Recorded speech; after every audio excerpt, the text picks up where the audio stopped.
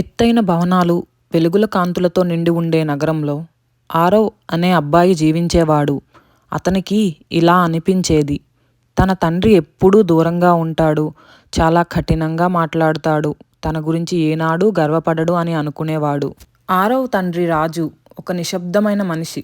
తను city bus డ్రైవర్గా పనిచేసేవాడు. ఉదయం సూర్యుడు ఉదయించేలోపు బయటకు వెళ్ళిపోయేవాడు. తిరిగి చీకటి పడేసరికి ఇంటికి వచ్చేవాడు. ఆరవ్కు తన తండ్రి మౌనం నిర్లక్ష్యంగా అనిపించేది. కానీ అతనికి తెలియదు, తన తండ్రి నిశ్శబ్దంగా దూరం నుంచే తన జీవితాన్ని గమనిస్తూ ఉన్నాడని.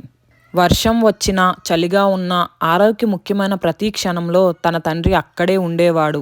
అక్కడక్కడ చీకట్లో నిలబడి మాట్లాడకుండా ఆరవ్ని చూసి గర్వపడడం మాత్రమే రాజు చేసేవాడు. ఒకరోజు మొబైల్ ఛార్జర్ కోసం వెతికే సమయంలో ఆరవ్ పాత డ్రాయర్ ఒకటి ఓపెన్ చేసి చూశాడు.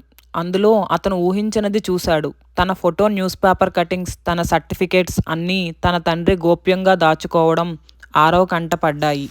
ఆ రోజు మొదటిసారి ఆరవ్ తన తండ్రిని దూరంగా ఉన్నవాడిగా కాకుండా మౌనంగా ప్రేమించి, దూరంగా నిలబడి సంరక్షించే మనిషిగా చూశాడు.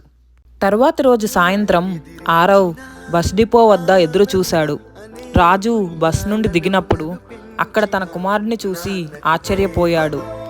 ఆరవ్ ఒక్క మాట కూడా మాట్లాడకుండా తన తండ్రిని గట్టిగా హత్తుకున్నాడు. ఆ రోజు ఆరవ్ ఒక విషయం తెలుసుకున్నాడు. ప్రేమ అన్నది ఎప్పుడూ చెప్పాల్సిన అవసరం లేదు. కొన్నిసార్లు లోతైన ప్రేమలు నిశ్శబ్దంగా కూడా ఉంటాయి అని.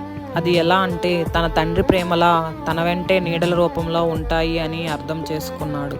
Thank you for watching this video. If you like this video, please do like, share and subscribe to my YouTube channel Giggletoon Stories. And also please click the notification bell icon for more videos.